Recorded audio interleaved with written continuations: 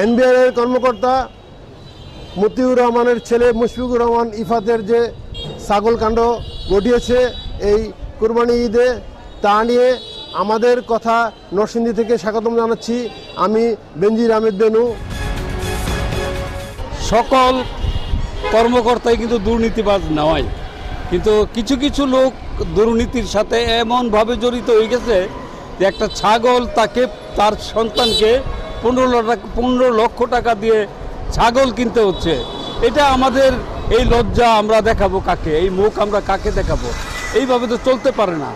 আমি মনে করি এই একটার বিচার হলেই এই বাকি যারা লুকিয়ে থাকা প্রশাসনের মধ্যে বা আমাদের দেশে লুকিয়ে থাকা দুর্নীতিবাজদের বিচার হয়ে যাবে। ইফাত কোনো নতুন ঘটনা না, কিন্তু আমাদের দেশে এরকম ধরনের অপরাধের দুর্নীতির ঘটনা আমরা অহরহ দেখতে পাচ্ছি। আর এই দুর্নীতির ঘটনাগুলো প্রকৃতপক্ষে আমরা কোনো বিচার পাচ্ছি না, এগুলো দুর্নীতির বিচার হয় না। যে কারণেই দুর্নীতিতে পরায়ণ যারা আছে তারা আস্ফালন বেশি করে।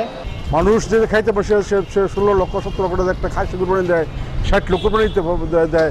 আমরা সাধারণ নিম্ন মধ্যবিত্ত মানুষ, আমরা একটা গরু কুরবানি দিয়ে 7 জন নিয়ে কুরবানি দিতে পারি না। এবং এইসব দুর্নীতিগ্রস্ত ব্যক্তিরা এই দেশ থেকে তাদের বিচার বহির্ভূত করা, তার সম্পত্তি বাজেয়াপ্ত করা হোক। এই দুর্নীতিবাজদের বিরুদ্ধে আমরা চাই উনি বিচার করুক এবং এই দেশের জনগণ যারা সৎভাবে আছে, যারা ন্যায়ভাবে যারা কাজ করে ব্যবসা বাণিজ্য করে এই দেশের উন্নয়ন করছে, তারা তাদের প্রতি দুর্নীতিবাজদের প্রতি সোচ্চার হোক।